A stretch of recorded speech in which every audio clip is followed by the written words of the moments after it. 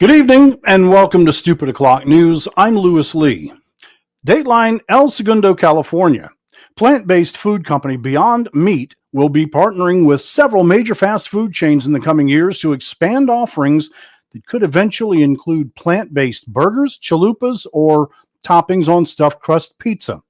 Beyond Meat on Thursday announced distribution agreements with McDonald's as well as with Yum Brands, the parent company of KFC, Taco Bell, and Pizza Hut. Chicago-based McDonald's will use the Beyond Meat partnership to roll out what it's calling the McPlant Burger, as well as eventually plant-based pork, egg, and chicken products.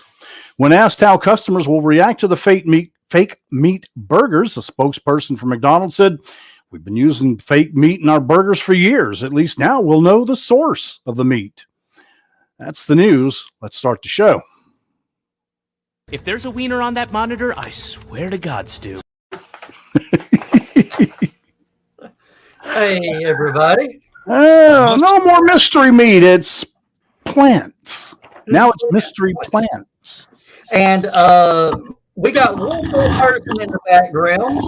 I'm going to pull them up. I'm going to bring them on. It's Skunk, but Skunk's got a black screen because Skunk's got a reveal. So we bring Skunk full screen. Yep, I certainly do. Mr. LaForge, can you hit the lights, please?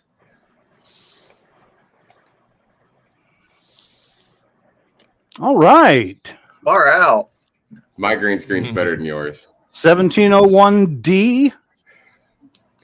I believe so. Because it said next generation background. Probably warp 4.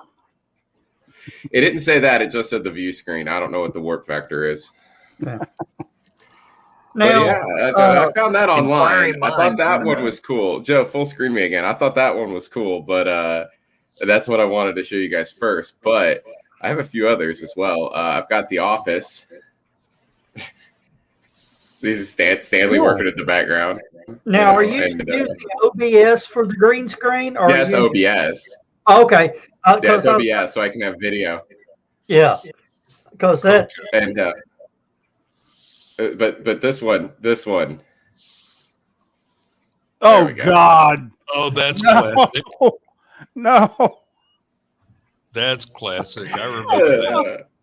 I found that online. It was 10 minutes long. I was like, okay, no, it's going in. That's going in. That's not even Windows 95. That's Windows 93 or something. Yeah. Well, no, 311.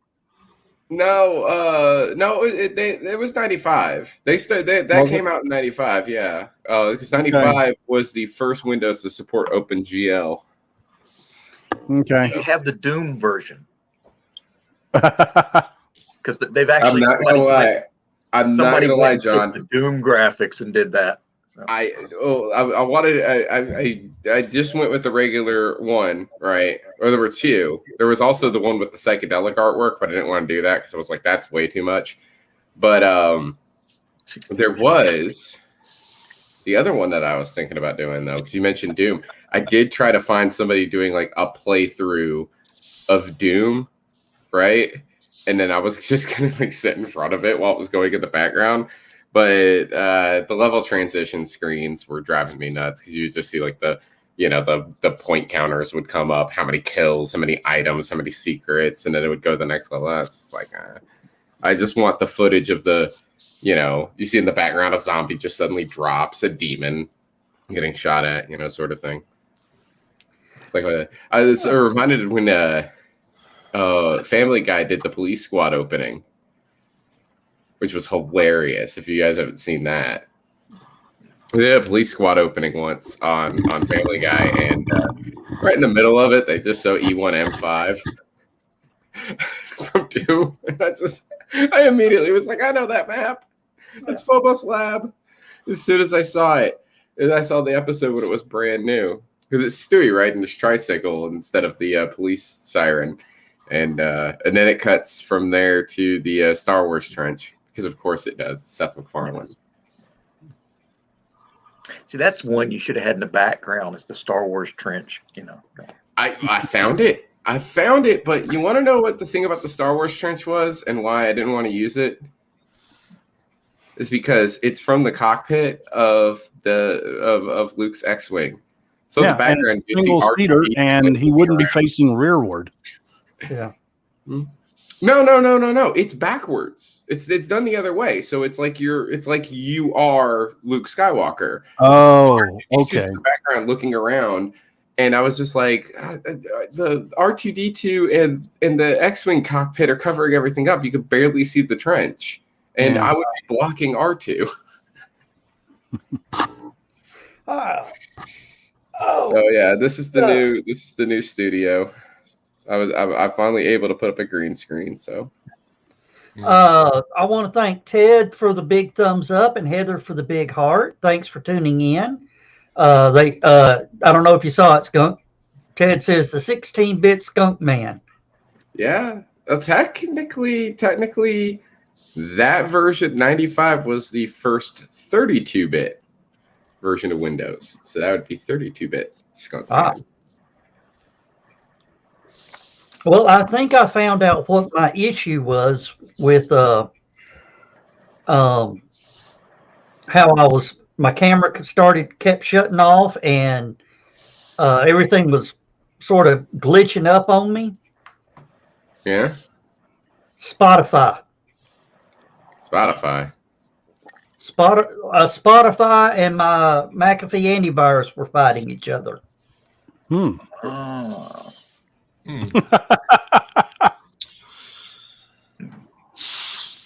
Yeah, there it is. Targeting computer off. There's Luke Scarborough. Well, yeah, I know that guy. He's a jerk. But yeah, because that is from the video that I was talking about. But as you can see, because I'm using OBS, yeah. It's kind of weird though. I don't remember there being a back window on the X-wing fighter so that he could see R2. I don't think there is. Yeah, R2 was visible in the background of most of the shots. Yeah, but well, hang on a minute. Let me bring up this other one here real quick. Oh, he's gonna Snopes it. No, I'm just curious myself because no, just the way the cockpit canopy came down, I don't remember there being a window there. Somebody says McAfee is a virus in and of itself. Absolutely, Chris Walker. That's got to be Chris Walker. I'm not too happy with AVG anymore myself. It keeps trying to sell me more stuff. I've been using it. Wow, I used AVG years ago. Is it still free? It's the still version free. I'm using is. And worth every penny, right? Yeah. Okay, I guess there's a little window right there. You get what you pay for. Oh, it isn't Chris Walker? Who is that? If you would, you need to go to StreamYard.com/Facebook and grant them permission so we can read your names.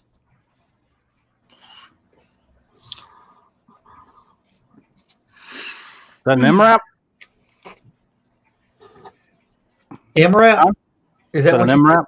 No, that's a up armored Humvee. Hard to tell in silhouette. It's ready for that was the Atlanta idea. traffic then. I took that picture just south of Two's Kamadu. So that's not you up in the turret. No, I took the picture. Yeah. But I took the picture from my turret. Oh, you were in the turret, just not that one. Just not that one.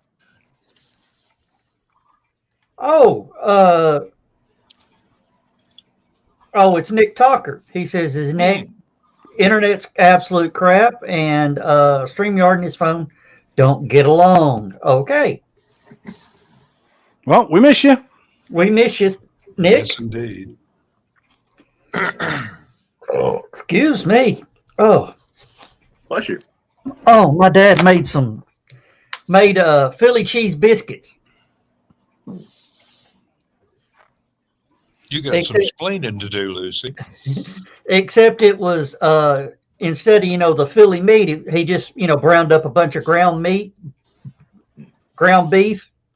and then sauteed up the bell Pepper and peppers, onions. onions. And then, once he did all that, he put it in, got, the big jumbo biscuits, and then baked it inside a biscuit.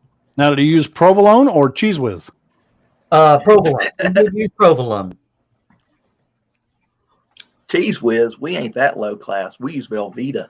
Well, the cheese whiz thing is that's a Philly thing. Oh, is Yeah. it? Yeah.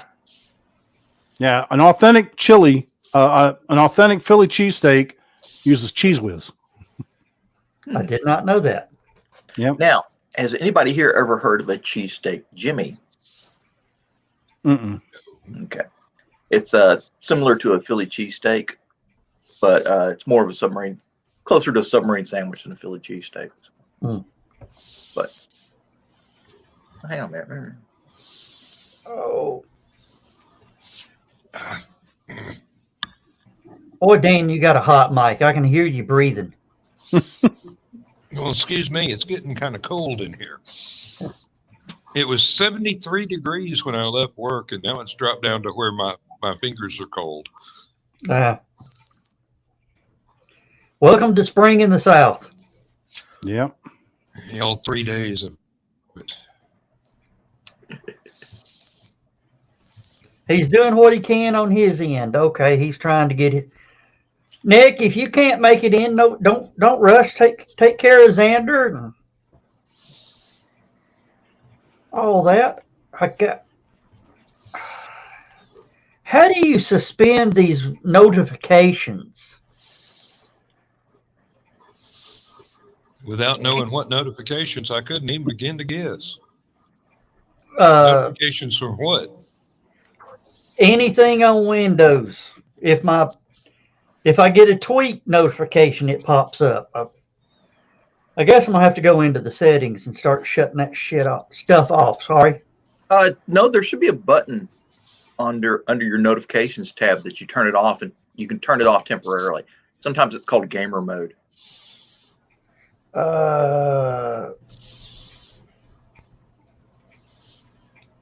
I've got it. Okay, gamer. No. Focus assist. I don't know what it is. Oh, well. I'll figure it out later. Gamer mode should do it. I don't have gamer mode. Huh? I don't have you're in gamer mode. What? If you're in gamer mode, then you should have no notifications. I don't have gamer mode. Oh, really?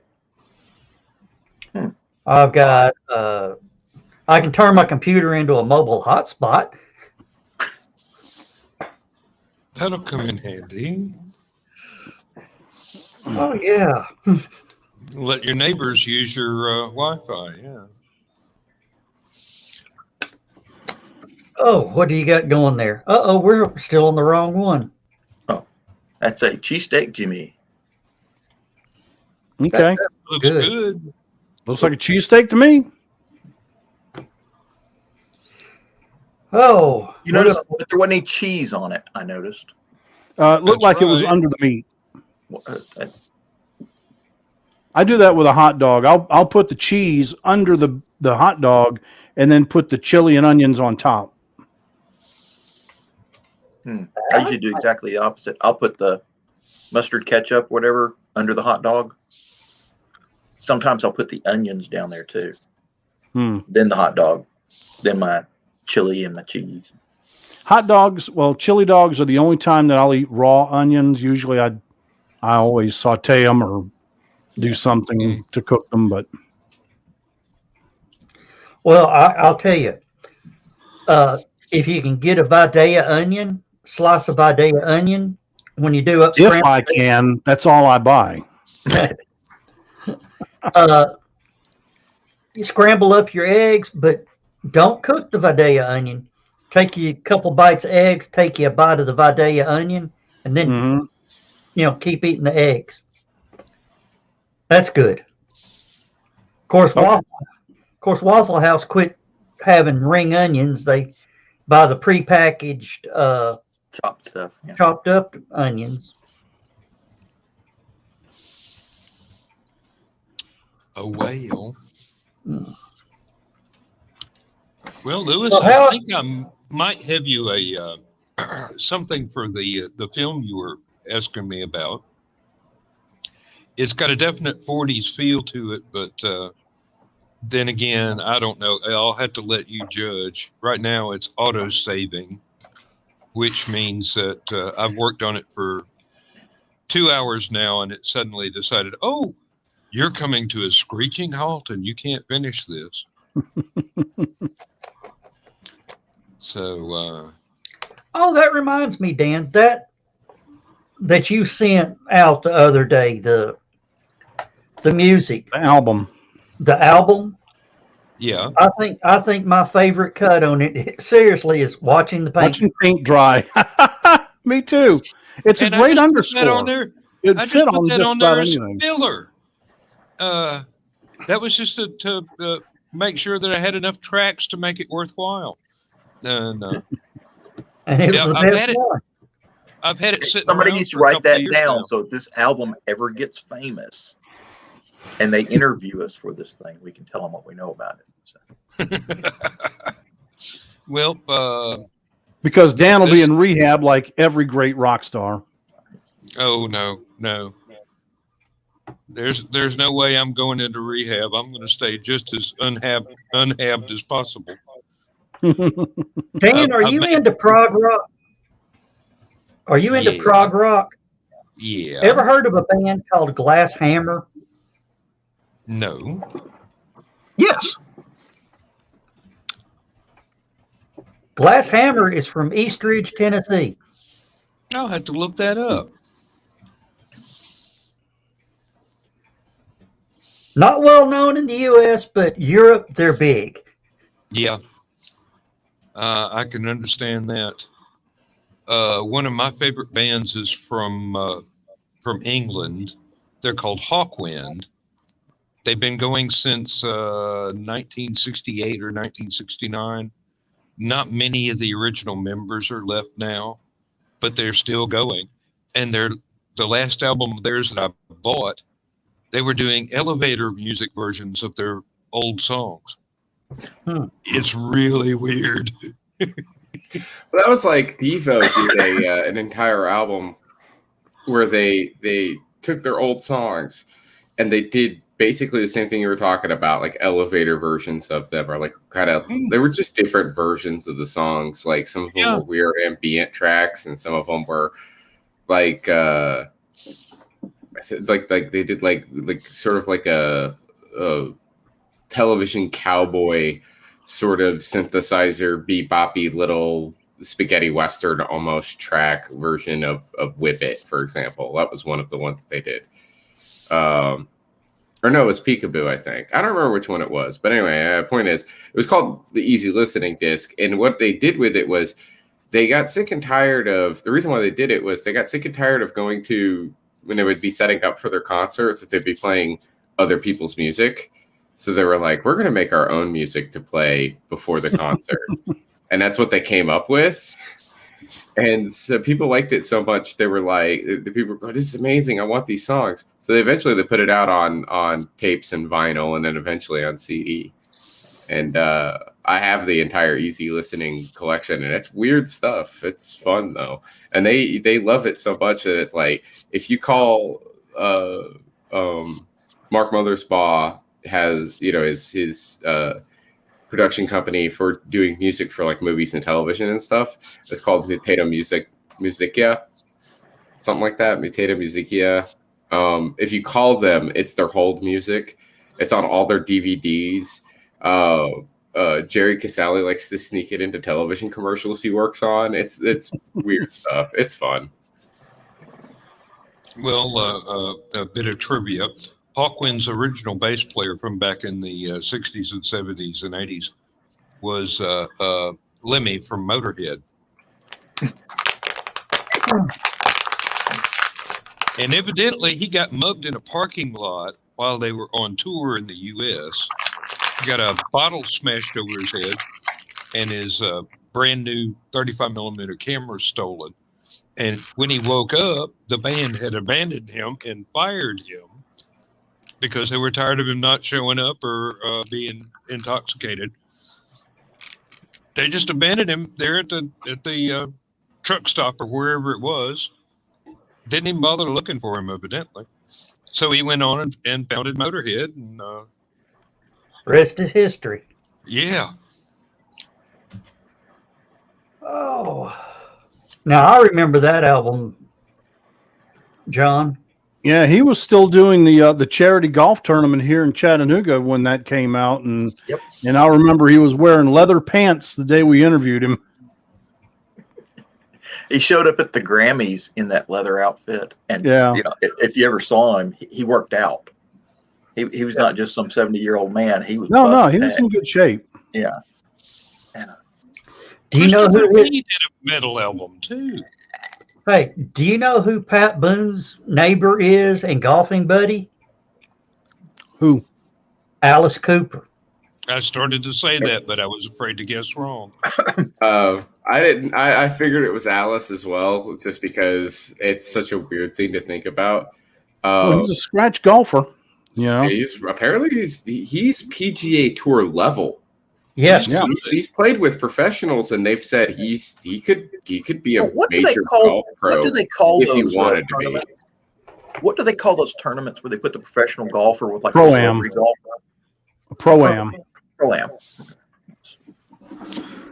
Evidently, Yeah, you don't know quite where to put him. Do you put him with a pro or with an amateur? Evidently, a friend of mine from high school he used to run mixing boards for all kinds of bands all over the world. He was on tour somewhere, wound up looking out the bus window, and there's Alice knocking golf balls into the woods. So he went out and had a chat with him and just walked up and go, "Hey, I'm with Dawes here," and Alice goes, "Hey, I'm Vince.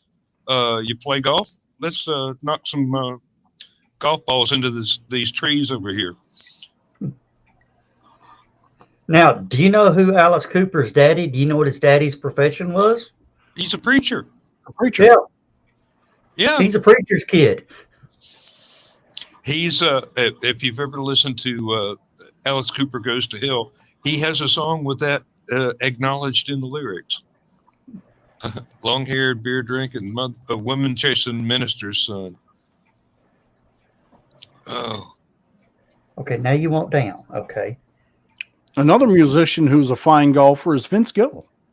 Oh yes. Yeah. He was participating in Alabama's celebrity golf tournament back, I guess it was probably 96 or 97. And I got to interview him, and he said that, well, first off, what was really cool and what made me a Vince Gill fan from that point on was that as they were getting ready to go take some publicity shots, I ran up to him, introduced myself, said, "Can I grab about 5 minutes with you before you hit the tee?" And he says, "Absolutely, I'll be right with you." They took their pictures, and then when they broke up, his manager tried to get him to the first tee and said, "Come on, Vince, we gotta tee up." And he says, "Hang on." And he says, "No, Vince, come on, we gotta go." And he says, "I promised." And he came over to my camera. I didn't have to chase him down or nothing. He gave me more than 5 minutes. I tried to be judicious with his time, and he was generous with his. And I've just loved Vince Gill ever since. Oh yeah. Sounds like a nice guy. I don't know how true it is, but there's rumors that in his rider for any concert that he does in Chattanooga, he gets 18 holes at the honors course before the. He talked about the honors course because it was still fairly, new at that point. Yeah. The honors course had just opened up shortly before I got here in 91. And one of the very first things that I covered in 91, because I had a live truck as my regular unit, was I had to go out and do all the microwave links for the tournament. And still in college Tiger Woods was played. Yeah. And we interviewed him, snot-nosed little kid, but there was a lot of buzz about him even back then. But yeah, he was still in college when he participated in that tournament. I wouldn't doubt it. What, John? Gentlemen, I'll be right back. All right. What'd you say, John? He's going to be famous one day. Yeah. Yeah. Hey, have With a you? name like Tiger, he can't go wrong. They say his son is better. His son at like 12, 13, 14 years old is a better golfer than Tiger was at that At that age. age. Hmm. Yes. I'm wondering if he's going to come back from this one, man. Sounds like his right leg is foobar. Yeah. It's a wonder he kept it. Yeah. Yeah, they said if they hadn't been able to extricate him as quickly as they did, they said it only took 12 minutes. That if it took longer, he could have lost the leg. Yeah. But yeah, he can smack the ball. Yeah. That reminds me of the joke I heard about the guy that had the orangutan that played golf. Have you heard that one? These guys were all up playing golf, and the guy, their guys are bantering back and forth. I'm better than you are. I'm better than you are. And this guy shows up with the orangutan, and he says, "I'm going to tell you right now that orangutan is a better golfer than you've ever seen." They laughed and they laughed. Oh yeah. It was like a par 4 on the first green, on the first tee. They all pop up, hit out in the fairway. He puts the ball down, hands the orangutan the club. Orangutan looks at the ball, smacks the snot out of it, that far from the hole. And he tries to talk the guys out of the bet of, paying me up. They go, yeah. If he plays like that, yeah, we will. So he takes all their money. And one of them says, "I got to know, how's his putting? How's his short game?" He said, "About like his long game."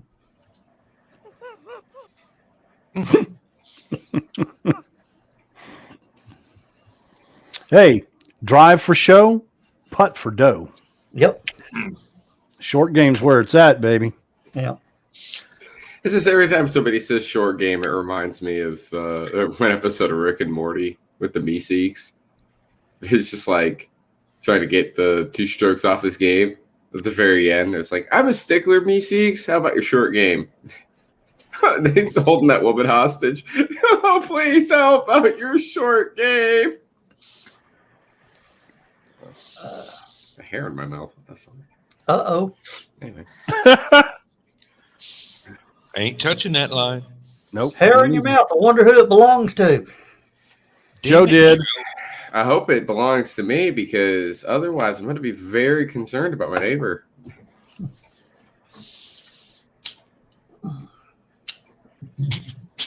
Okay, so are you both on the same bridge? Just facing opposite directions? Exactly. He's looking at me. I'm looking at him. Aha. So you've got POV cameras. Yeah. we can totally have a conversation like this. It's just like, "Hey John, how you doing?" I'm doing good, number one. How are you? I'm doing fantastic. Hey. Oh, his green screen's not up. Never mind. John, speaking of number one, check out the Stupid O'Clock page. I shared a commercial. I saw that. You saw that? Mm-hmm. Who the heck is that guy? I didn't get a notification. Oh, I strangely enough posted a notification about that on Stupid O'Clock. Facebook went and changed settings, and you've got to go in and turn it from selected notifications to all notifications because they're only showing you highlight reels right now. Now, why should I, since, I am, the page owner, why do I not get to see every notification? Exactly. That's what everybody's You complaining about. apparently don't need to know, Because Facebook, in their infinite wisdom, decided to gear Because you're not paying at the same Facebook. time. Because you're not paying Facebook advertising dollars. If you were one of the people that was throwing money at them, they'd do whatever the hell you wanted. Really? Pretty much. I was throwing money at them for a while, and it still wouldn't show anybody my posts. They wanted more. No. You were throwing pocket change at them. I'm talking Coca-Cola money. Okay. Oh, yeah. Well, I don't have Coca-Cola. I'm talking AT&T and Yeah. Skunk hit the wrong button. Maybe he just had to transporter malfunction. take a bio break. No, Or maybe the Borg attacked. he went away completely. So I don't know what he did. When I was still in college, and remember, I went back to college in my late 20s. A fellow student of mine got his hands on the Next Generation Bible, the Writer's Guide, where it described all the characters. This was written before anybody had been cast, and it described all the characters, and the navigator was going to be blind. Geordie LaForge gave the background of each of the characters and all this. One of the main things that was in that I really wanted to see, they said they were going to show a transporter from the point of view of the person on the pad. Yep. And apparently they never did for some reason. Well, they finally did. They finally did in a way, and it was one of the ones where Reg was freaking out because he said he saw something in the stream, and that was the only time that you saw from the transportee's viewpoint, but that really didn't count because it was kind of scrambled up. Yeah, they kept him in a long time. Yeah, but they promised that was going to be an effect, and just about everything else that was in the Writer's Guide did come to fruition, except that, and that was the one thing I was really looking forward to. Bathrooms. They never really showed bathrooms either. Never. Not in any incarnation of Star Wars. I mean, Star Trek. Do you see a bathroom?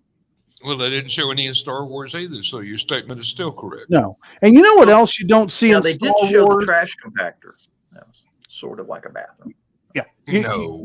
You know what else you don't see in Star Wars, though? What? Environment suits.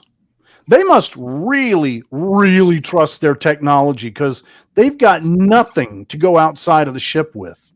Well, now, they did have the respirator thing in Empire. Oh, that doesn't count. That was a prequel, and it was awful. No. Empire Strikes Back. Han in the worm belly on the asteroid. The asteroid worm. And they went out to shoot the Minox. Oh. And they had the breathing thing. Oh. Which was kind of because Chewbacca was wearing one, and there's no way that he could have gotten a face mask to seal to that furry face. Yeah. Kind of like the bearded guys trying to get into the CVS without a mask. It won't fit. Gotta wear one. Sorry. Yeah, but I mean, I got no problem. Hey, Lewis. Yeah, I posted this over in comments. You might want to read that one. Okay. That's the link to. I put it on stupid too. That's flipping hilarious.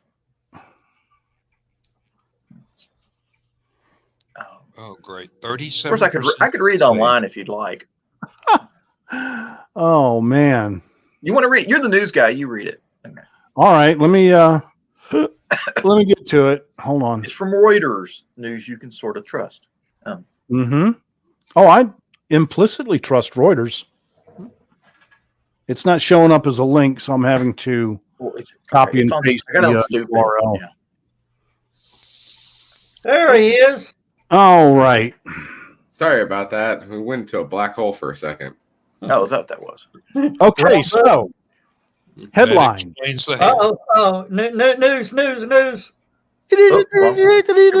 Breaking news: Russian diplomats push their way home with handcar out of North Korea. This is by Josh Smith of Reuters, and this is out of Seoul, South Korea. A group of Russian diplomats and family members used a hand-pushed rail trolley to leave North Korea this week amid Pyongyang's strict anti-coronavirus measures, which include blocking most forms of passenger transport across the border. North Korea has not reported any confirmed cases of coronavirus. Why would they confirm it? They completely control the media. Anyway, but has imposed crippling border closings, banned most international travel, and severely restricted movement inside the country. Quote, since the borders have been closed for more than a year and passenger traffic has been stopped, it took a long and difficult journey to get home, end quote. Russia's Ministry of Foreign Affairs said in a post on social media. The group of 8, including a child as young as 3, traveled 32 hours by train and 2 hours by bus from Pyongyang just to reach the Russian border on Thursday, the post said. The group then had to cross the border on foot, loading luggage and passengers onto a trolley on the train tracks. Photos and video released by the ministry show the trolley laden with brightly colored bags and suitcases being pushed across a wintry landscape. Embassy Third Secretary Vladislav Sorokin was the how you like that for a cold read pronunciation? Was the trolley's engine, the ministry said, by pushing it for more than a kilometer, including across a rail bridge over the Tumen River, which divides the two countries. It's almost over. Ministry officials greeted the group at a border station on the Russian side, where they then traveled by bus to Vladivostok Airport, the Post said. During the past year, the number of foreign diplomats has dwindled, with many Western embassies closing, citing the ban on rotating staff. Those who left often had to negotiate for weeks to arrange for special measures to allow them to depart. You gotta really want to get home to get on a rail push car, but you know what? North Korea. North Korea that bad. I found another site that actually has the picture of them pushing the cart across the bridge. Oh, really? Okay. I just posted that one to us. Stupid o'clock. Okay. Applause for Louis Lee's cold read of the Russian name. That was scary. That's one of those things where you see it coming about 5 words ahead, and you're like, now you know what the narrator of my audio book felt like when he ran across the alien names in my story that he did. Now, the thing is, I'm waiting for Lewis to hit one of those and his real job and pop and how do you like that for a cold read, and then realize I'm not on stupid o'clock. Well, thankfully, all my news is pre-recorded and edited to take out breaths and tighten it up just a little bit. So, yeah, but you can't do that when you're in the studio. No. But I won't be in the studio again live until April 30th, I believe it is. Whenever Kevin goes on Navy duty, I have to fill in for him on Fridays because that's his travel day. Did anybody read the Connie's post about John? He's off the ventilator right now, and they're trying to bring him back from the infection that he got. Yeah. Everything looks much better. Yeah, and they're trying to wean him off the oxygen too. Yep. Hey, you will speak. See what you did. See what you did. Hey, I'm good. I'm really like good. Saying Beetlejuice 3 times. Yeah, and I mean, you can use that as proof right there, Lewis, to Denise that we don't know who's here until they comment. Yeah, but Connie popped in, says she's here. Great. Thanks for letting us know that John's doing better. Trust me, he has been in some prayers. Any questions? We just hope he's doing better. What have you got, John? You got something to ask? Oh, that's that. No, that's the hand on the cart. push cart. That's the people on the push cart pushing out of North Korea. I have a question. Yeah. Does Barry Manilow know that you raid his wardrobe? What is that from? What is that Breakfast from? Club. What breakfast? Breakfast Club. Okay. Yeah.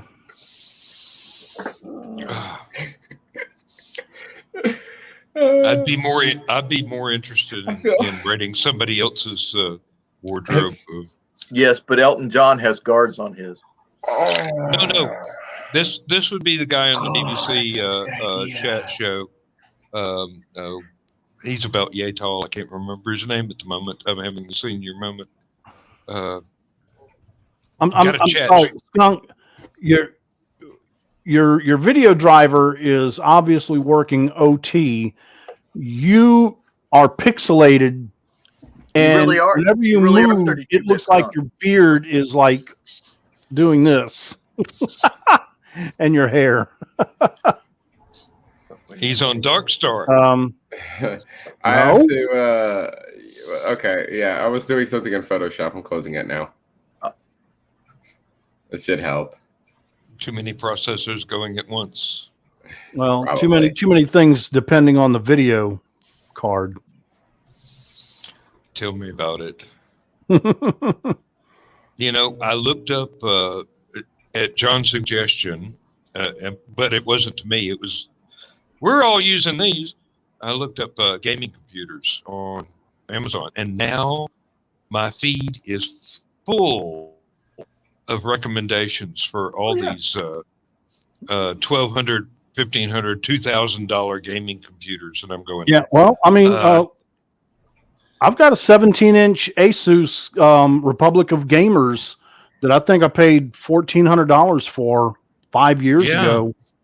It's kicking, man. I mean, it's got the GeForce video card. It's got 32 gig of RAM and 2 terabyte hard drives. So, and it's got I think 16 gig onboard RAM on the GeForce. Oh, that's nice. Yeah. That thing screams when I'm editing video. It really does. I can't. Oh, thank you, Scott. Oh, all right. I know that background. From 20 minutes, From channel from 23. 20 minutes into the future. Network 23. It's Network 20. He said channel 23. It's Network 23. Yes. And Network 23 from 20 minutes into the future. yes, I started laughing. And when I was laughing earlier, right, I looked up at the camera or looked at the screen and realized that I was laughing like I was doing the same thing that the guy in Chicago when he hijacked PBS and CBS with the Max Headroom mask. I realized I was laughing the same way he does. And I was like, I didn't even think about that. I need the Max Headroom background on here. So there we go. Yeah. That's cool. When I upgrade computers to something with that kind of power, I'm gonna have to get one of those little units that y'all are using to do the animation as well. You know, you can get a decent gaming laptop. It's not a unit. OBS is just software, right? Yeah. Yeah. It's software, but you have to have a fairly decent computer to use it. I've got bargain bin rejects here. That's why I have so many problems. Brian K. Moore says, "Howdy, my stupid friends." Yeah, it probably did, Brian. It probably did sound much better in your head, but we appreciate the setup. But it was drowned out by all those other voices. Yeah. Hey, 4 out of 5 voices in my head say go for it. The 5th one's just wanting some pie. Trying to remember where that one's from. Drawing a blank. That's I just made it up, so I don't know. From the Stupid O'Clock show. But the one voice wanting pie. I could have swore I heard that one somewhere. May have heard it from you. Yeah. You recycle everything that you've ever said that's smart. Yeah. Which is good because sometimes people didn't hear it the first time. Yeah. I mean, you're still posting stuff on your memories, and I'm like, how did I not see that 4 years ago? That's funny as shit. Yeah. Like, Well, you saw I gave you credit to one of the Yeah. men today. Yep. Yeah. What an awesome way to bookend that. Or that really wouldn't be a bookend. That would be kind of like jumping to the next shelf. Yeah. And actually, the scene opens up that it's Picard and Data. Of course, Picard's having a nightmare, but they're playing poker in 10 forward of Enterprise D. Yeah. Which is... Oh, I remember. As a matter of fact, I just watched the last episode of Picard again just because it was a good episode. Yeah. And Jerry Ryan, good Lord. That woman, I cannot, normally those women, when they hit a certain point, they start to drop off. She just keeps getting better looking every time. Yeah. Wow. And then she posted a video, or they posted a video that she did for an opening class of some science class at a community college. She was there with no makeup. She did a no makeup video, and it's like, whoa, she's hotter without makeup. And she's married to a congressman, isn't she? Or is she still? Was. Oh, okay. Yeah. You mean she's available? Not now. Damn. Actually, a dollar short story. Voyager is responsible for President Obama. Oh. Okay. Jerry Ryan's career took off with Voyager. She was married to that congressman, ran for re-election, and as he was running for re-election, she filed for divorce and had everything sealed. That's usually a red flag. Yeah. Obama's crew got those divorce orders unsealed. Caused him such embarrassment he had to resign, which gave Obama that congressman's seat in Illinois, or the senator's seat in Illinois. And the reason they split up is he was a kinky thing, and he was pimping Jerry Ryan out because she was 7 of 9, and guys were paying to. Funky with a cyborg? Yeah. I don't like this conversation anymore. I think it kind of went sideways there. Yeah. It's actually the truth.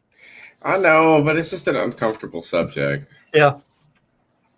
But that's what happened.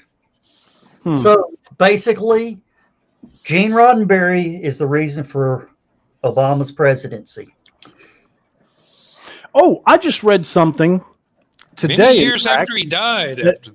Yeah. Majel Barrett had recorded the complete phonics set necessary to create an artificial text to voice. Yeah. They could literally make a computer like Alexa with her voice if they wanted to. I mean, when that's available, when I can put her voice on my Echo, yeah, I'm doing it. I don't care if it's $100. I'm doing it. That would be nice. Yeah. Hey, I had a GPS one time with what? Yeah. We already saw that.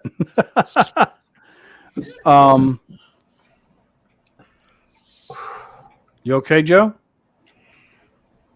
Philly coming back on you?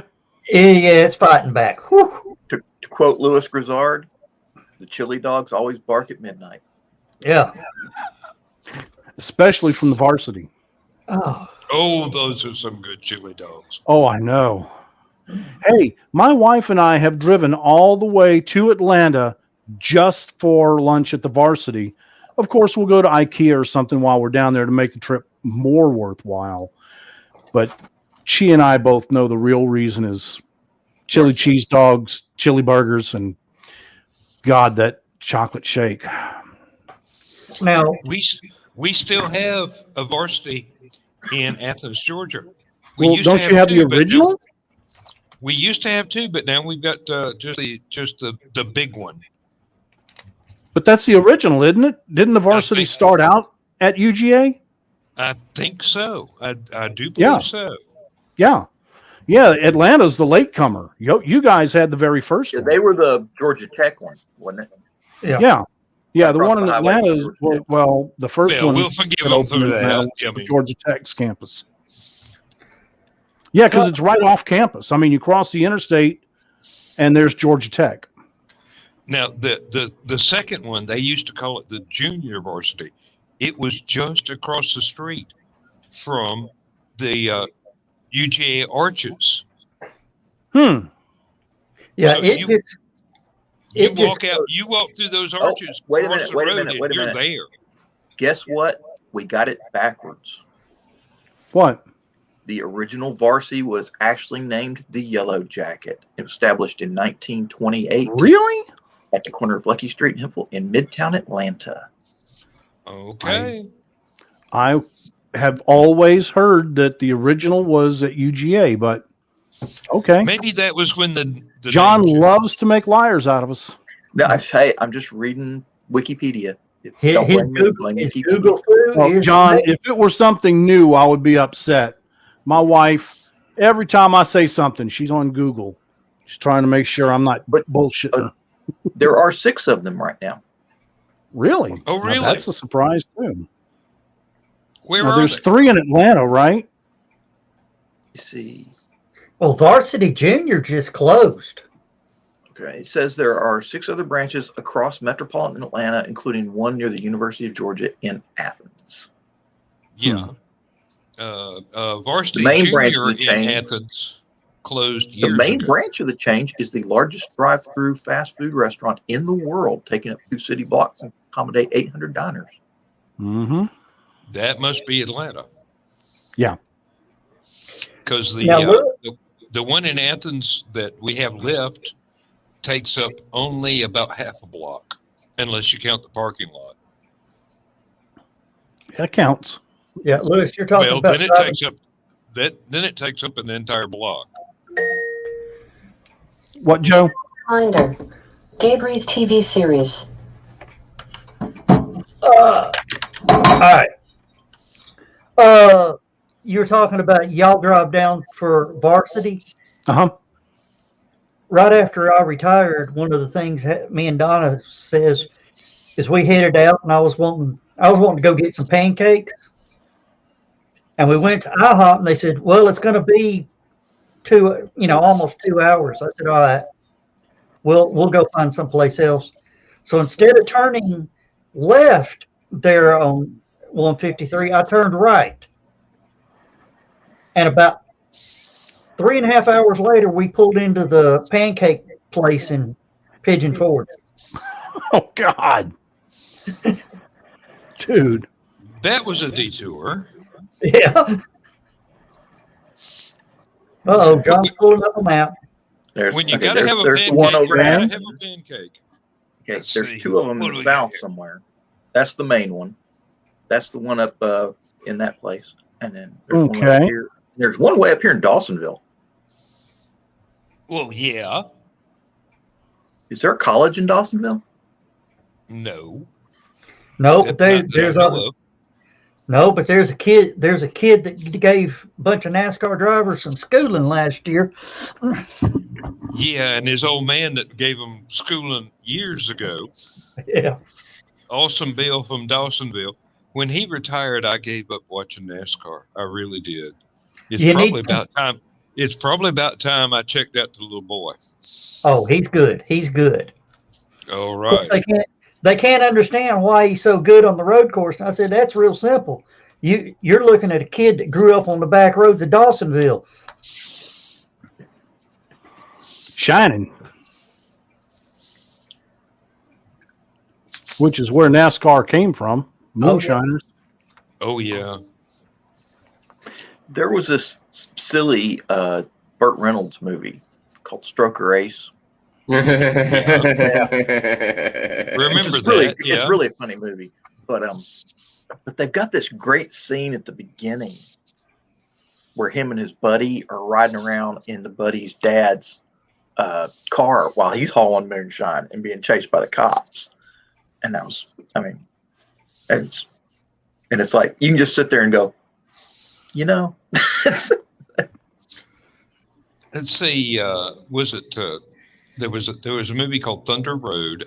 Did it star Robert Mitchum? I mean, this is we're talking old school. Yes. It was actually filmed. Part of it, I think, about 3 scenes through the town that I lived in Tennessee, Clinton, Tennessee, just north of Knoxville. And every time we went through there after I'd seen the movie, I'm going, oh, yeah, well, the cops are not going to chase us. We're not hauling anything except children. 1958, Robert Mitchum. It's even older than me. Yeah. Well, not older than me. What was the movie shot up on? It's called Covenant College now, but when it was the hotel. I don't know. Huh? I can tell you. By the way, the tower, the most visible thing from the valley? Yeah. I've been to the top of it. It's nothing but storage right now. They don't let anybody up there.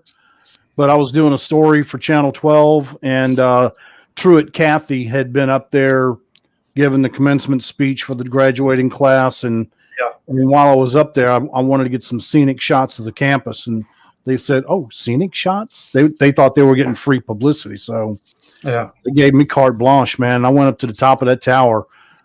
Wow. I mean, because there's windows all around it. I mean, you look out every window, there's not a bad view. It was absolutely gorgeous. And you could see for miles and miles. You could actually really see 7 states. You could really see 7 states from there. Forget that little perch. That was the real scenery. I better not go there. That violates somebody else's privacy. Sorry. Okay. I've had an interesting life, but I try not to brag about it. I did my Google foo, but I could not find on IMDb Covenant College as a filming location. You can search by filming location? Movies made in Chattanooga area. All right. But I just realized we got to the top of the hour and we didn't start our show off. Sorry, that's my fault. Yeah. Sorry about that, everybody. I've moved my mic over out of the way so I wouldn't hit it, and I've hit it more tonight than ever. You still haven't fixed it. No, I keep forgetting to get it. But we are part of the Rising Tide Network. Wait a minute. I just realized our logo isn't up there. Boom. Let's throw that logo on there for this. Sunday nights, Comics, Chaos, and Sass. That's Heather Reed's. Heather. What is Heather's last name? I forgot. That's Heather's show. Brian K. Morris, never mind the furthermore. He's on YouTube and Facebook Monday, Wednesdays, and Friday at 10 a.m. And it will be the next show on the network coming up tomorrow at 10 a.m. Brian also has Clever Title pending Tuesdays at 8 p.m. TED Talks is Tuesdays and Thursdays at 10 and 11, respectively. Creative as Hell is every Thursday at 8 p.m., just right before us. And then Brian Morris has his comic show. I need to update this stuff so I can get this. And Michaela Jade and the Historical Fencing Guild with Nick Tucker. With Nick on Fridays at 8 p.m. And then Armchair Rocket Science, where at various times throughout the week. Sometimes we schedule, sometimes we can't. Like today when we covered the static fire, barely got it got the view up for that today. And very possibly we've got another static fire tomorrow because something happened tonight and they're in the process of changing out another engine. That was not a good noise. No, it wasn't. When it shut down, that was a terrible noise. Well, it didn't help that everything was sort of blowing around and hitting everything afterwards too. So it scattered some stuff. But yeah, that's part of the Rising Tide Network coming up. Heather Ellen, thank you, Brian. Heather Ellen's Comics, Chaos, and Sass. Oh, I'll need somebody to have to make me a copy so I can have that pulled up ready to read. All right, let's pull that back down. Where did John go? He's in the John boy. No, I'm not. I'm actually looking at something. Yeah, it's so seldom I get to make a Walton's reference. No, we mentioned something about, we were talking a little while ago about replays, and I just realized when I was on the road a lot with the National Guard, I used to stop at Starbucks, get coffee, and they always had those CDs out front, for selling music and stuff like that. Mm-hmm. And I went and bought this one, and it's pretty good. It's a bunch of cover songs by modern artists of classic songs. And it's got it's Katy Perry doing "Use Your Love," the old disco tune sort of thing. Let's see, Lily Allen doing "Mr. Blue Sky," the ELO song. Mm-hmm. Wait, what? Mr. Blue Sky? You said yellow. The old ELO song. Oh. Electric Light Orchestra. Yeah, that's why I was thrown off. I thought he said yellow. I was going to be like, yellow? I've actually seen them in concert. ELO? Which one? ELO or yellow? ELO. It's one of the best concerts of my life, actually. I was gonna say I don't think Dan likes a lot of music, but I don't think he would go see Yellow in concert. He might see Yellow Magic Orchestra, but I don't think they're together anymore. Do you know any Yellow songs outside of "Oh Yeah"? I didn't even know. Oh yeah. Oh yeah, you do. Yeah, you do. Sure, you do. If you've seen Ferris Bueller's Day Off. Oh, okay. Well, I have seen. Yeah. Yes. That was John Hughes.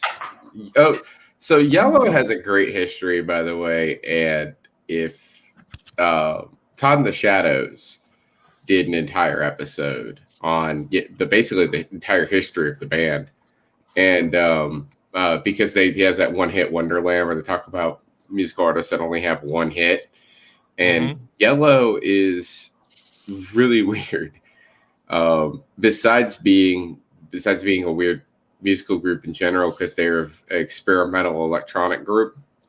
But what makes them even weirder is that the guys who make up the band literally aren't even none of them are musicians.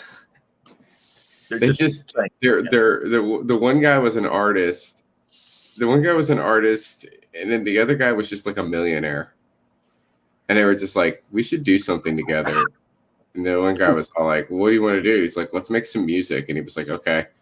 So they got a bunch of synthesizers and just started making songs. And the way that they made their music was that they did weird stuff, and then they made it sound good. And that's basically their entire songwriting process. And when people would ask them, they were like, because these are Swiss German guys, right? And that's the one dude. They were like, the main guy, Dieter.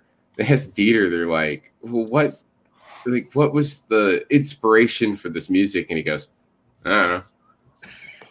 They're like, what, this song? Oh yeah, it's become super popular in the United States because of Ferris Bueller's Day Off. What is the song about? I don't know. We just make songs. I'm gonna go back to the other 400 things that I do for a living, because I'm not even I don't even want to be a rock star. And they were like, "What other things do you do?" He's like, "I own a winery and a chocolate factory." And I mean, the guy just has money to burn, so he's just like, making music is literally just a hobby to him. It's Suddenly, literally I see Willy Wonka in the winery. That's going to be. I'm not making that up though. Factory, let me tell you. He owns a chocolate factory in Switzerland. And Todd in the Shadows even made a joke about it. He was like, "This guy's got so much money, and he's Swiss. I bet he owns a chocolate factory." Strange enough. Huh. And, they're just weird. And there must be something about owning a chocolate factory that just makes you weird, like Willy Wonka. Yeah, I'm telling you. I had because Yellow in the United States are really just known for that one song. Obviously, they're huge all over Europe, right? They're only really known for that one song in the United States, but in Europe they were much bigger. So I had the one album. I just had the one album that got released in the United States. It had some pretty good songs on it. I remember liking the group, so I got more of their catalog. And they're weird, but they're a good kind of weird. Just really experimental. Like, wrong button. I can't even tell you. Like, I don't even know what genre it is. It's just experimental. It's really weird. Call it electronic. You can't go too far wrong. Yeah, outside of I'll be right back. Some of the commercial tracks they did after Oh Yeah, most of their stuff is just weird, experimental, like sampling noises that they make and using them as drums. But they'll just make noises with their mouth and be like, and then they'll put them on drum sets and play them. Bobby McFerrin does that. Bobby McFerrin did it. Bobby McFerrin did it with. He didn't use it as a sampler. He literally just sat there and did the song. Doing it live. Hey Joe. Yeah. I finally got tired of my old headphones. I saw leaving little traces. Yeah. Dude, for less than $20, brand new ear cups with memory foam. Perforated cover, so it's cooler. Man, they are so comfortable, and these, I guess, 15-year-old headphones are like brand spanking new now. I take care of my stuff anyway, but yeah. Studio. Yeah. And I liked them so much, and I was so pleased with the quality of the product. I had another pair of headphones that was starting to flake off like that. I ordered another pair for those headphones, and I put those on earlier today. Very nice, and they were oversized. The old ear cups on those headphones were kind of small, and they would kind of go on the ear. Yeah. The new ones actually surround the ear, so way more comfortable.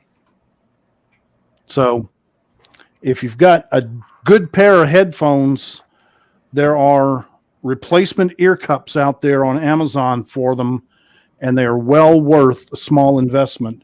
They will make your headphones like new again. Save your headphones. And I mean, those Sonys cost me $129. So not the most you can pay for headphones, but certainly not disposable. No.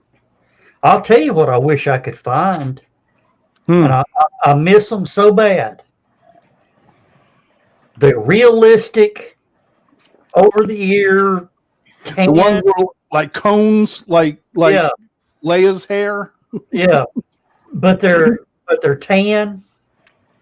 Yeah, have the two little volume switches on the side. So yes, stereo. Yeah, the sliders. Yeah, you can find them on eBay.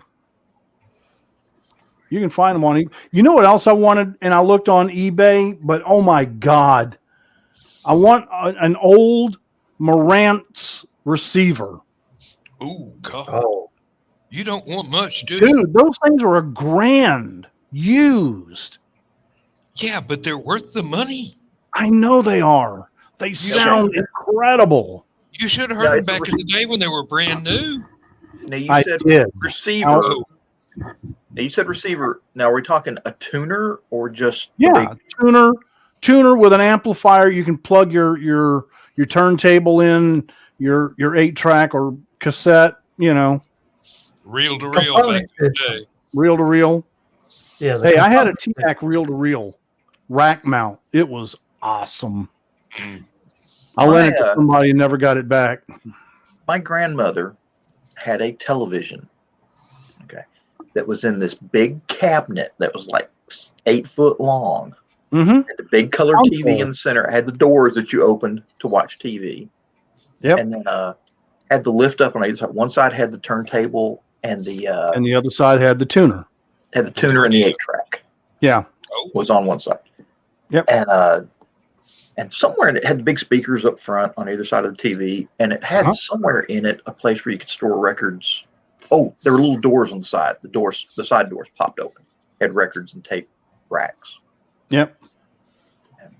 Yeah, the back half because the speaker. Yeah. And some of them even had like a wine rack or a liquor cabinet in it. No, my grandmother owned a bar. Okay. So. Now we begin to understand John. Okay. You know how when people go to move, they go to the liquor store, buy the empty and pick up the empty boxes outside the liquor store? Yeah. People in my neighborhood came to our house to get boxes.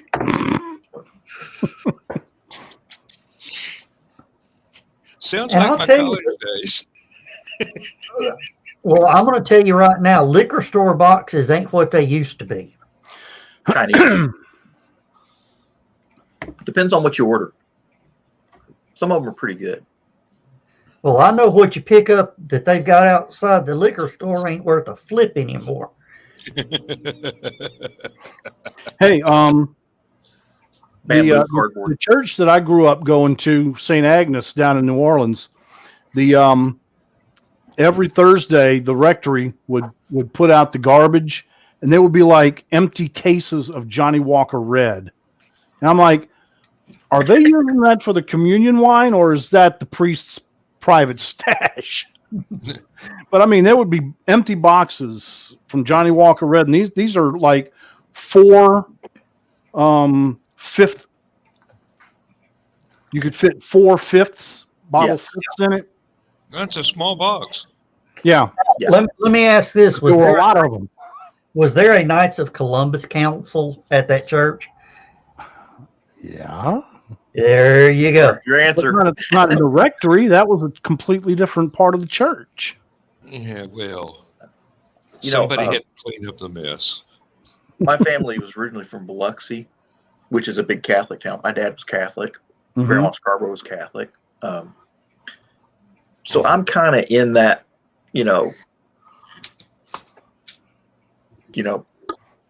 what's the best way to describe it? Mindset. Talking to the other people at church, at the liquor store, Baptist, Diplomacy. Yeah. You walk into a liquor store and you see somebody from a Baptist church, and they go, "What are you doing in a liquor store?" Same thing you're doing in the liquor store. Well, you can tell they wasn't Southern Baptists because Southern Baptists don't see each other at a liquor store. Or they never admit that they see each other at a liquor store. Well, yeah, I think the idea behind that is that they walk past each other, they give themselves the nod, and then just keep walking. This never happened. You did not see me. Down here, you are totally invisible to anybody else in your congregation as long as you're in some place that does not conform to the ideals that they pretend to project. Now, this goes back to my story. You know the difference between the Baptist and the Methodist at the liquor store. The Methodist will speak to you at the liquor store. Do you know the difference between the Catholic and the Methodist at the liquor store? The Catholic will recommend what wine to get. Not just wine. Wine is fine, but liquor is quicker. And that's an entirely different pursuit. Well, it's like it also depends on what kind of Catholic, you know. Because I would think that Italian Catholics and Irish Catholics would have differing opinions of what kind of liquor you should get. I would say the Italian Catholics would probably be more interested in the wine rack. Yeah, the wine rack. Yeah, Yeah, the Irish Catholics would be more interested in the whiskey section. Yeah. Tell them or do Are or you, die. Lewis? Are you? Is your family Irish descendants or Italian descendants? They are French, English, and Irish. Okay, so there we go. So you I'm can, an Irish you can bug. drink anything and not feel guilty. Pretty much. You shouldn't feel guilty anyway. Oh, you're an adult. Yeah. I don't, but it doesn't mean that it's, you know, But it's your choice. I'm not one of those that will damn other people for it. I can't handle it, so I just don't. Once you recognize that that limitation is there. I recognized it very painfully and very early. I got rolled outside of a bar in Palma de Mallorca. That was Lost a short my ID. Well, I lost my wallet. Lost my wallet. That was a walk of shame going back to the ship and trying to get back on board without my ID. Off the deck, not happy. Do Navy ships carry the thing for making ID cards, or do you know? Yeah. Or did they have to do that in port? I always wondered. No. We can do it on board. There are a few things that every ship, no matter how small, has. Now, I mean, you know, we were a destroyer. We had 250 crew. Right. And we were, which is a good sized company. Fast frigate, destroyer size. Now, you know, like minesweepers and stuff like that, no, they don't. But just about every ship of 200 crew or more has a dock, a shop, a barber, and a fire department. I would think every ship had a fire department. Every ship has a fire department. Well, everybody has to train on damage control. I mean, that's drilled into you from boot camp on. That, you know, when you're out in the middle of the Atlantic Ocean, they ain't no, you know, calling up the fire department. You better be able to put that shit out yourself. The only thing more dangerous than a fire on a ship is a fire on a submarine. Exactly. I was doing a tour of the battleship Texas out in Houston, and there was a thing. It was a diary page from a young lieutenant. He was keeping a journal, and he had just made lieutenant and had been transferred out to the Texas. And the first thing they did that day, before he ever met any of the other officers or anything, they took him down to his duty station and had him sign for the payroll office. Now, this was back during World War II time frame. He had to sign for $2 million in cash. He said, was he the paymaster?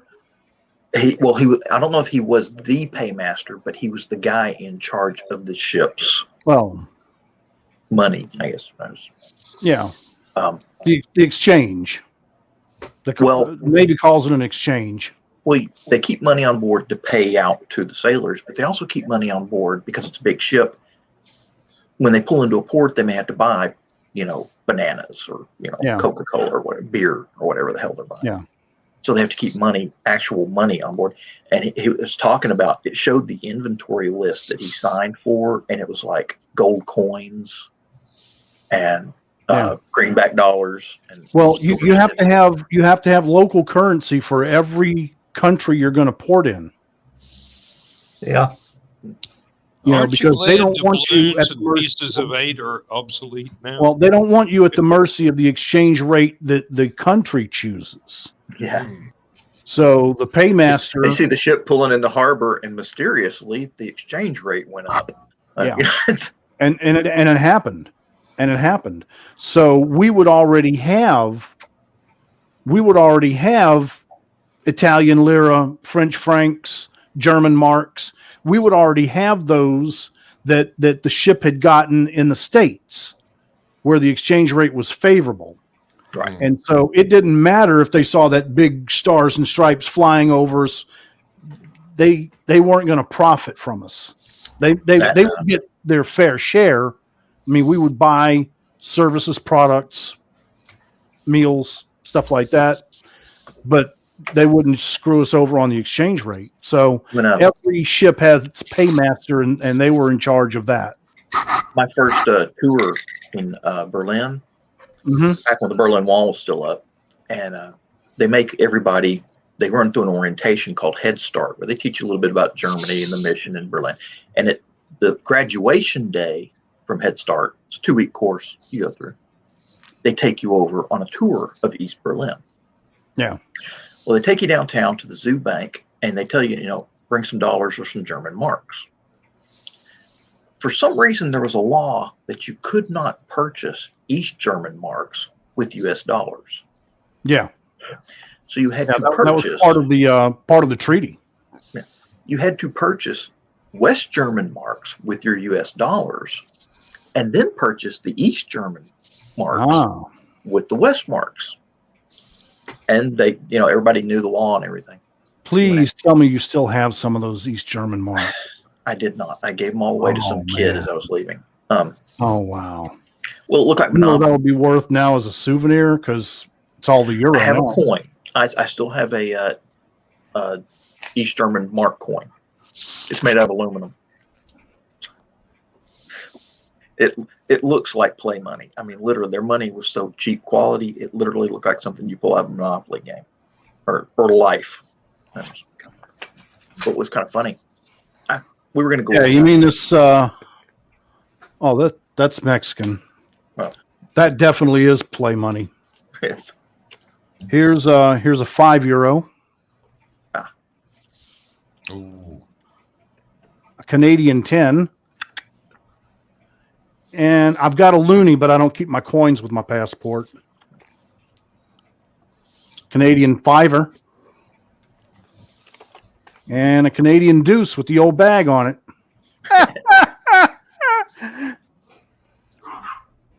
And of course, the loonie, the coin dollar, has Queen Elizabeth II, and they say that's why they call it a loonie. When I took $50 cash with me, figured that'd be enough for being a tourist over there. Took $50. Good.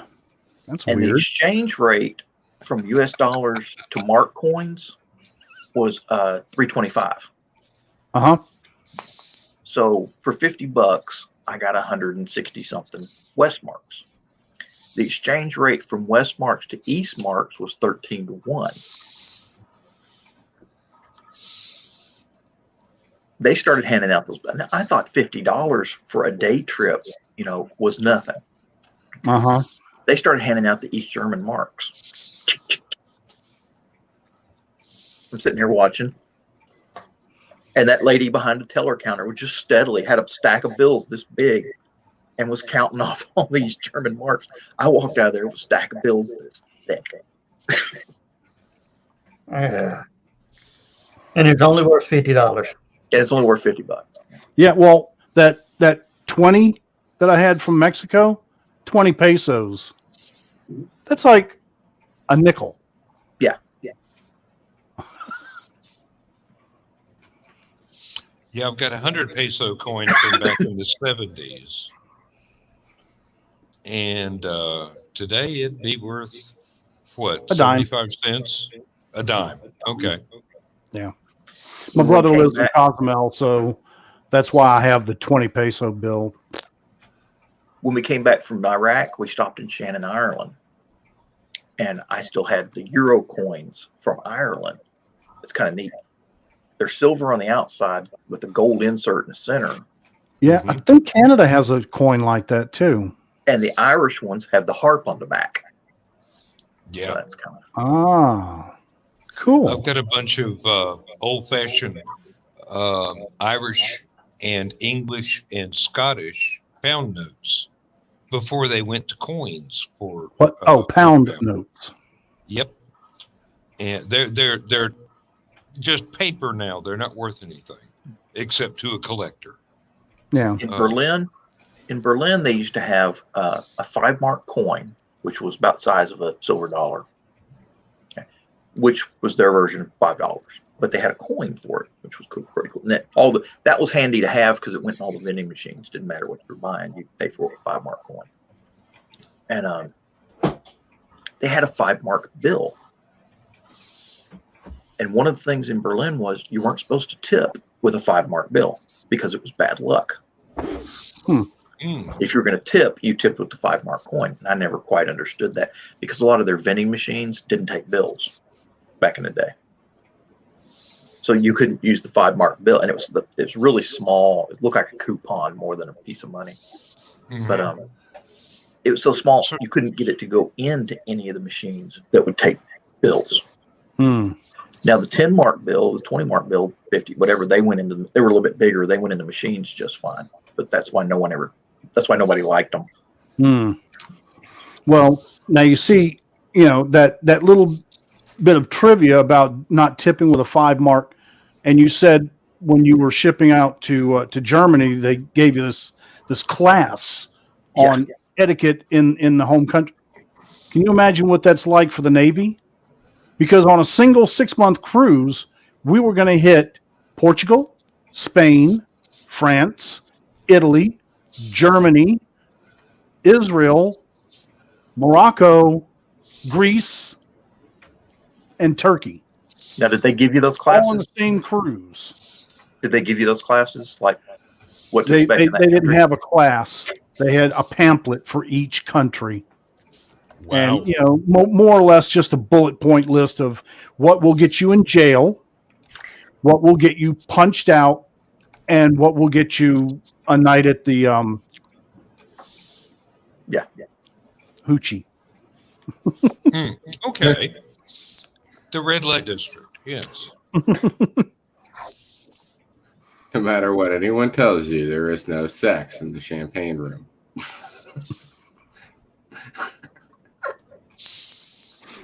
I'm not touching that one either. So, usually on your first cruise, there's going to be some chief petty officer whose whole life revolves around seeing if he can get you in trouble by telling you some wild ass story about the locals at a certain port. The movie Flight of the Intruder. Virgil Cole.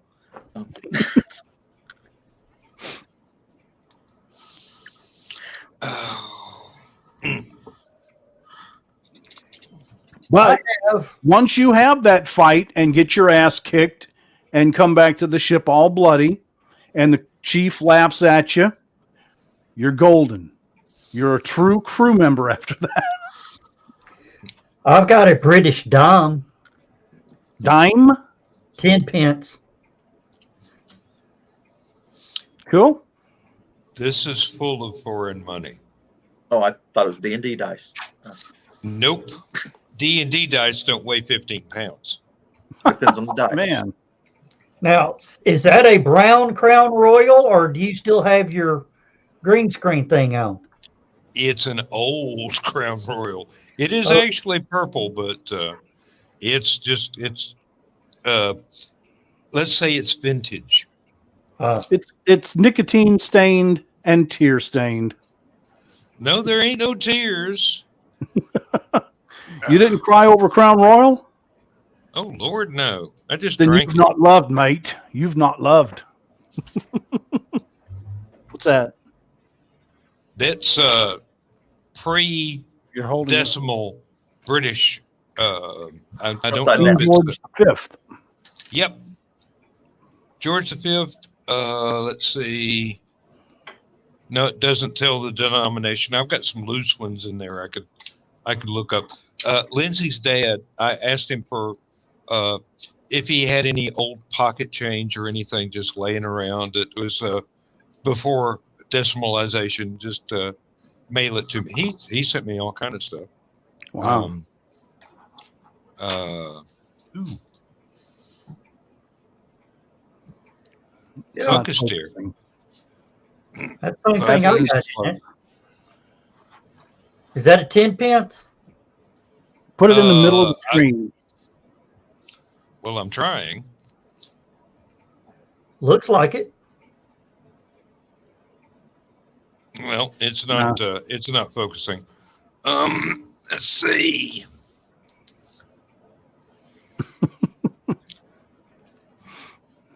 What year It's is it? been. I'm trying to. 1890 is not right.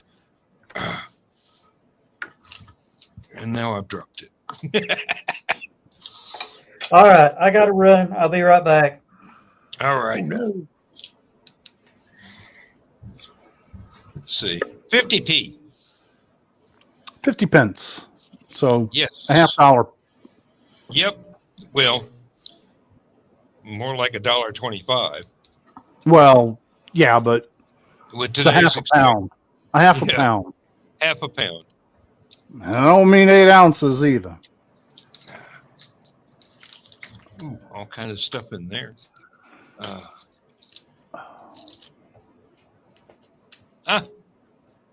Here you go. Let's see. Bank of Indonesia. 5 something or another. Limason. Got that in a comic book. What? Yeah. Some of the old comic books used to come with yen and other things in it. Just Real money or yeah, real money, but it's like 200 of those equal a nickel or something. yeah. I've got one of those up in my bedroom.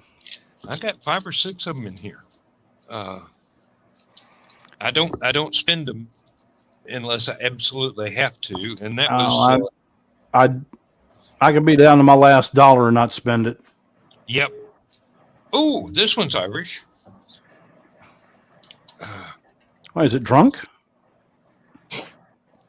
1990, and it is. Oh, come on now. Oh, well, it's either a pound or it's a fraction that I can't read. Well, all it says is from Ireland, and it has a deer on one side. Mm-hmm. It's a lot of dough. And a harp on the other side. Anyway, there's 50 years worth of coin collecting in there, and all of it's just stuff that's turned up in my change, no matter what country I'm in. Oh, there's one. 1962, 1 British penny.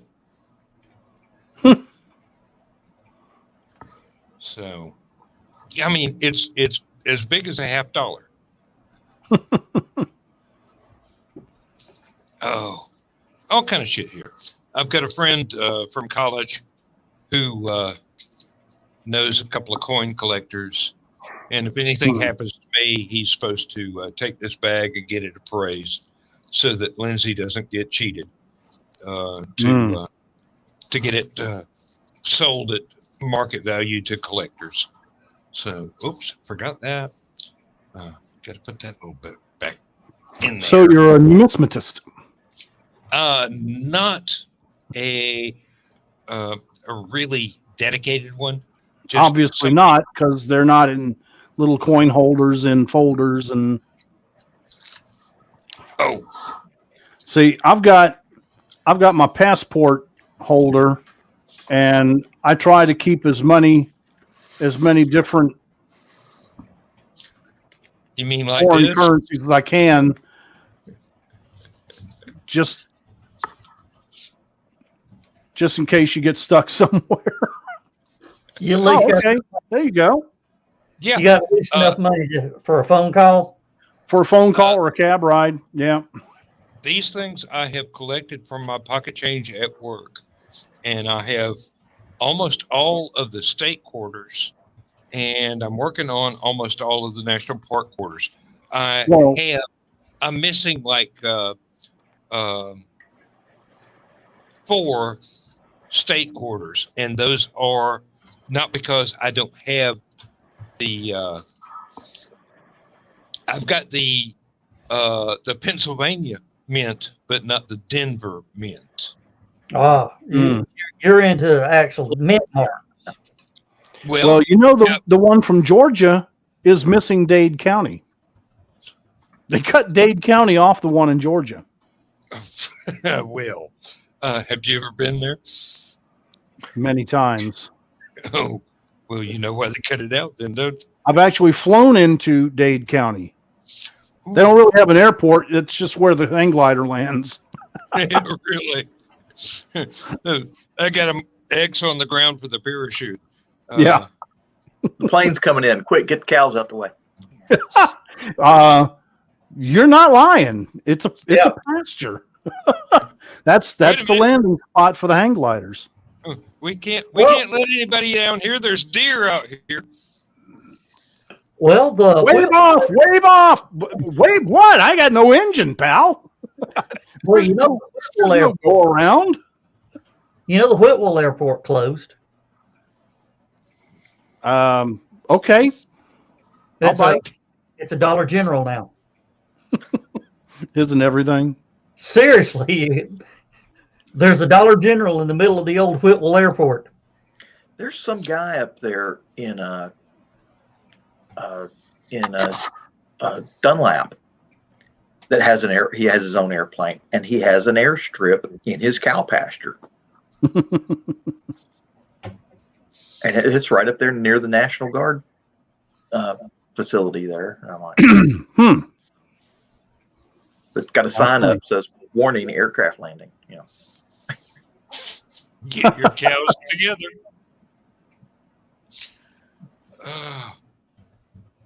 My brother-in-law owns a little Piper.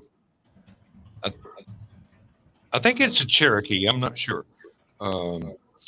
It's a 4-seater. That's Cherokee. Piper Cubs 2. Okay. He keeps it at an airport near the Commerce drag strip, or at least I thought. And then I found out the airport is the Commerce drag strips. No kidding. Well, AA fuel dragsters on runway 27. Yeah. The Hickson Airport used to be the Brainerd Optimus drag strip. I'm sorry. Say that again, Joe. The airport up in Middle Valley. That used to be the Brainerd Optimus drag strip. You're not talking about Dallas Bay, are you? Dallas Bay, yeah. That used to be the Optimus drag strip? Yes. The one that moved down and I can hear it every Saturday night now? Yes. Because it's right down the freaking road? Yeah. I'll be. I didn't know that. You know why they moved down there? Because people complained about the noise? Yep. So they replaced it with airplanes. Yeah. That's brilliant. Yeah, really. well, if they do right, the airplane only has to take off once. A night at the drag strip, everybody takes off. Yeah. Several times. Oh, believe it's weird how sound carries down here. Now, I'm in Rossville, okay? I'm about 1.5 miles, maybe 2 miles from Lake Winnie, okay? Yeah, that's about right. And on Friday nights, I can hear Eastridge playing football. I can hear the stadium announcer. I can hear the band, all that I can hear.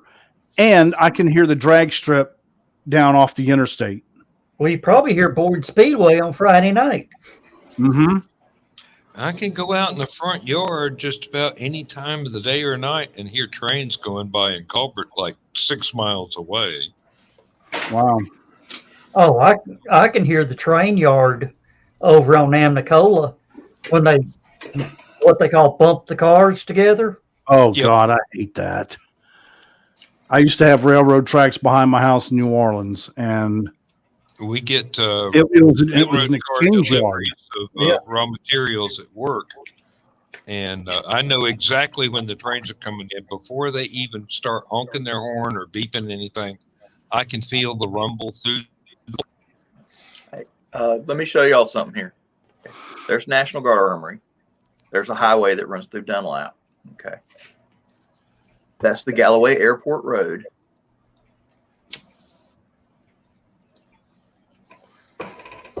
There's the runway. Okay. No, now here's the scary part. Oh man, Lord, power lines. that's a quick drop. You can't fly the glide path on that. Oh no. Oh my God, that's You got to wild. clear the power lines and then drop like a rock. Yeah, I mean he's got to clear those power lines by at least 15, 20 feet to be safe, and then he's got to throttle way back and hit full flaps to slow down and got- get back on the glide path. Oh my God. Land on it. I'm Is not that a a pilot, ball? but I understand the No, process. that's part of the Star Wars laser defense system that Reagan put in back in the 80s. Looks like ball fields. It is. Okay. I like the Head going. I like the Star Wars theory much better. Well, Yeah. they put those ball fields in like that. That's not the only place they've ever done it. I noticed. Oh, they've done it up in Ringgold as well, where they put them like that. And I'm just like, so what is their obsession with putting in baseball diamonds in the shape of a pentagram? Because it puts the bathroom and the Well, usually there's concession stand only right in the middle. 4 at a time, but Well, you cannot see that thing from the air unless he's got them markers out there. well, the satellite picture may have been taken before he marked off the runway. Yeah, but Yeah. that's been an airport for like 20 years. Oh, really? Yeah. Huh. Well, zoom in more. See if you can see the. I was gonna the say, satellite. if you zoom in, you can see where planes. That's what I land. got. That's zoomed. You can Oh, see where the planes Yeah. land because you can see the drag marks from the Yeah, you landing. can see tire tracks. Ooh, That's they so landed scary. big there once. I don't care. I absolutely don't care that people can do this safely. There's no way, and I don't care how desperate I am, I'm not landing there. Between the grass, you're landing on grass, and you have to clear those power lines. It depends on the type of plane, really. And Well, even if I was, depends even on if what I was- so- show that to Sully Solenberg. Let's see if he. I lived for a while in Texas with my dad, and they had the crop dusters that would come in. Those are You some talk about brave. crazy damn pilots. Those guys are fearless. I want to show that to Air Force Proud 95 and see what he says. Look, can you butter this landing? The text would look at it. No. It's easy to find. It's just southwest of the National Guard Armory. It's just a little bit more complicated than landing on an aircraft carrier. You know, one of my favorite No, I think a carrier is still higher on that list. Nope. No. carriers are so scary. You ain't got to worry about gopher holes on a carrier. Or power lines. No. You know, what you have to worry about on a carrier is, that runway that you just showed there, despite the power lines and the grass with the gopher holes in it and everything, right? That runway was about this long compared to the aircraft carriers this long. And the aircraft carrier is doing this. Mm-hmm. The whole time. I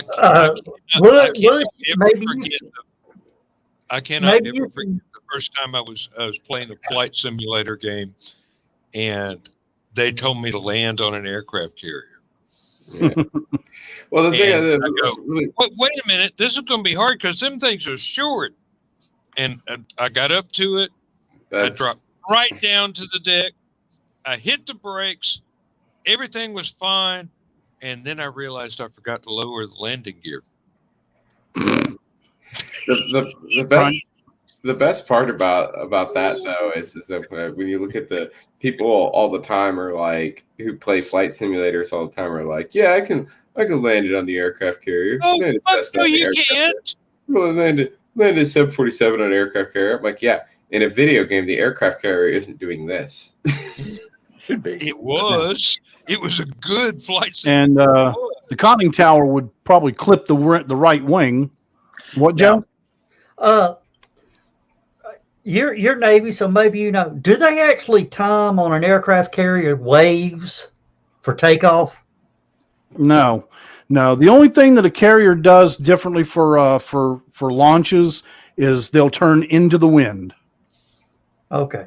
Whatever direction the wind is coming from, they're going to point the carrier in that direction to give them just a couple of more miles an hour of airflow over the wings when they launch.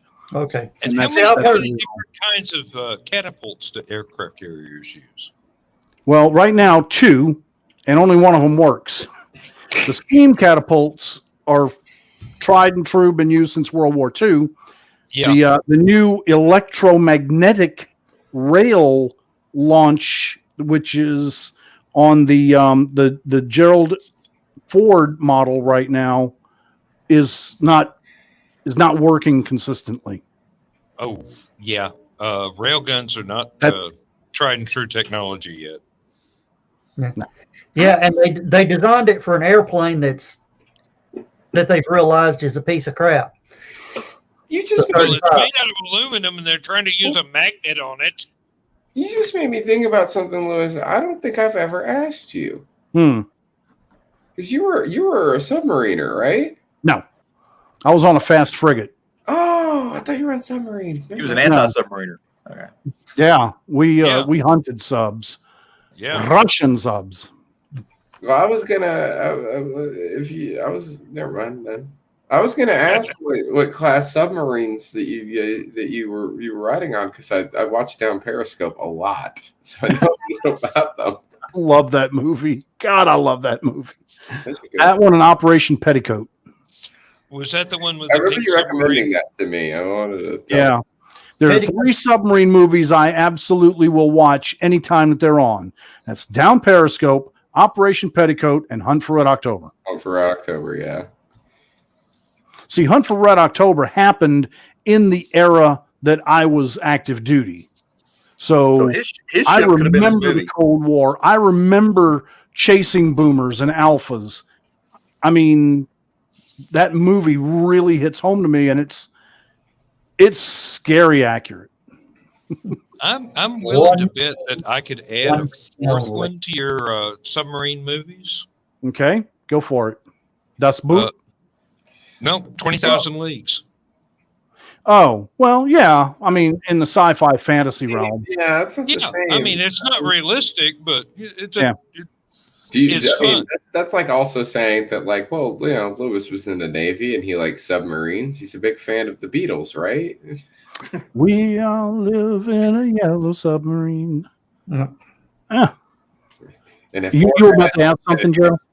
4 guys spending an extended period of time inside of a yellow submarine, there's bound to be some experimentation.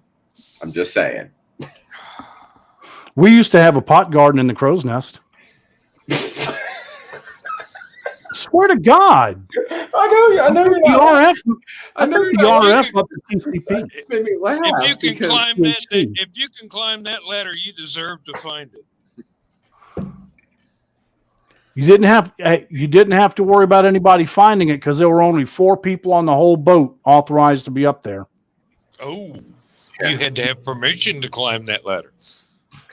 Oh yeah, because you had to turn the radars off first. Oh, otherwise Tag out, lock out, baby. You don't want to get up in the crow's nest and get a belly full of that radiation. Talk about a That's what microwave. microwaves use. Yeah. 5 gigahertz RF. Woo! Just have, yeah, That's got a little kick to it. Oh man, we used to have seagulls flopping dead on the deck all the time. They get too close to the radar antenna and they just go up there and lobster dinner. go up there and have to knock on the captain's door. Captain, permission to go up and roll a spliff.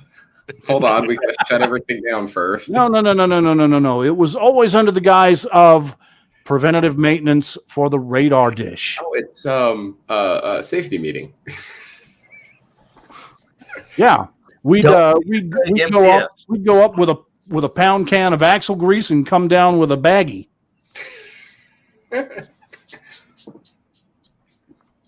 Oh man, good times. Thanks all Those were the days, my friend. That's when the Air Force was practicing landing C-130s, or On they carriers. let the Navy fly actually eventually, but they were landing C-130s on aircraft carriers. Yeah, you can't do it on the new nuclears. I don't think. I think you could only do them on diesel boats because the conning tower was farther to starboard, I was starting to gave you say, enough clearance for the how do you wings. keep one wing from getting knocked off? Well, that's what I was just saying. Stay to the On those left. diesel boats, the conning tower was smaller and farther to the starboard, so it made a wider landing strip. The landing was not the problem for these things. It's Yeah, getting well, back off. It was the Launching it takeoff. off the Yeah. Well, they couldn't use the catapults. The plane was Right. too heavy, so they'd have to use JATO bottles, yeah. which weren't jet very, assisted takeoff. nice on the carrier deck. No, you melt I'm stuff sure all left over the place. kind of a scuff mark. Well, they're not too good on the It's kind of bird skid either. mark the laundry won't take out. Now, And don't like potato bottles either. And Navy captains are very particular about their deck appearance. we could have gone the whole entire show without any scatological references, and that you had to come in there and do one right at the tail end of the show. And I mean tail end. Ooh. That's why you love me. It's not why you Uh, put up with me, but Oh, well, I mean, let's not go there. By the way, you know what time it is. Yeah, it's this time.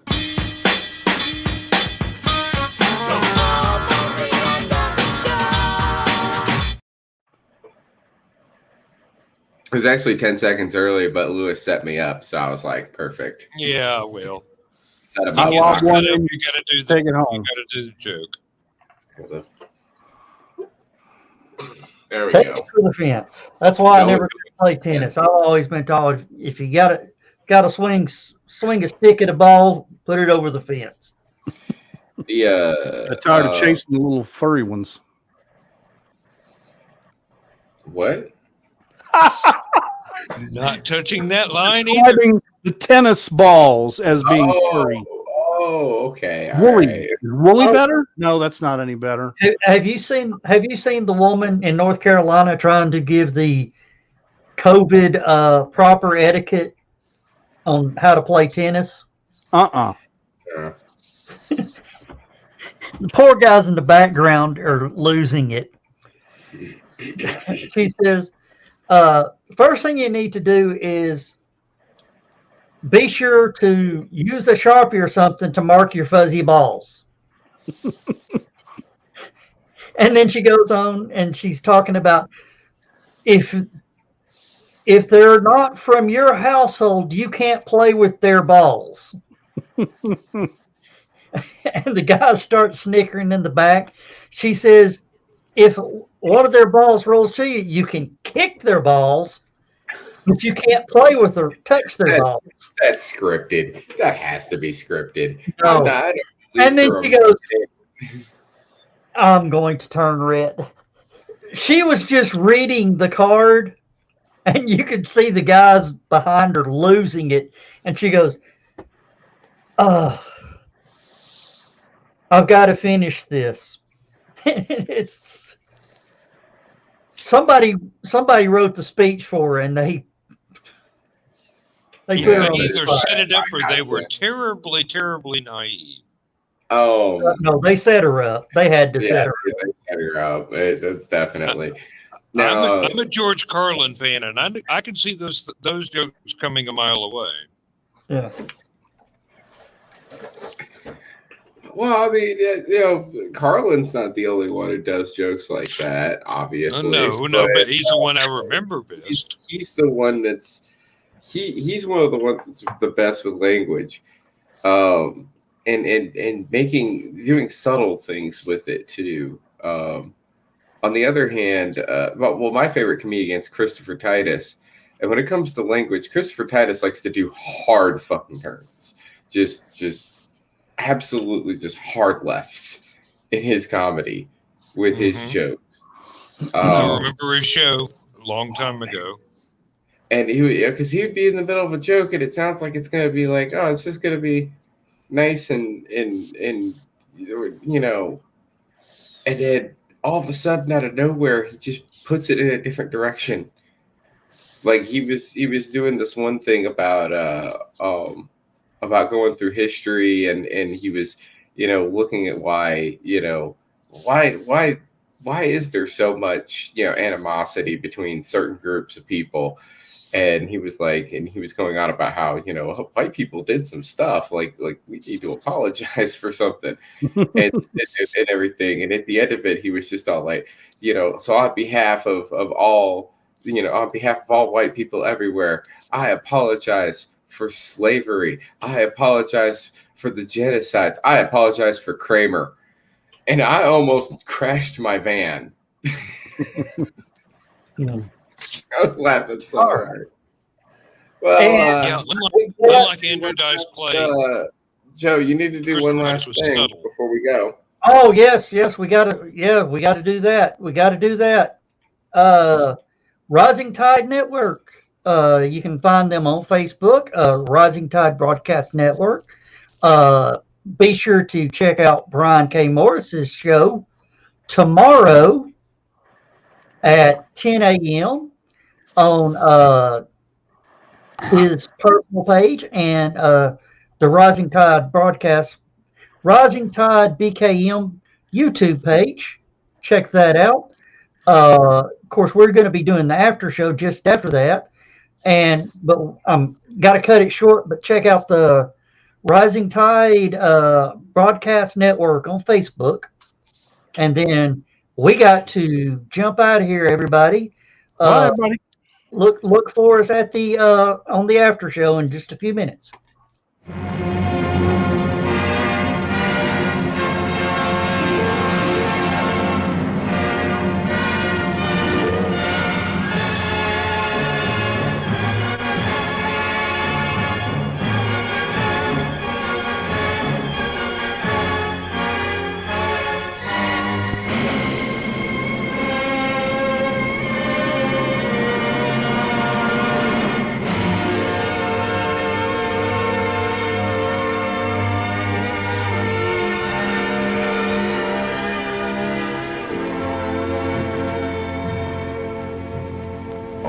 Slept the surly bonds of earth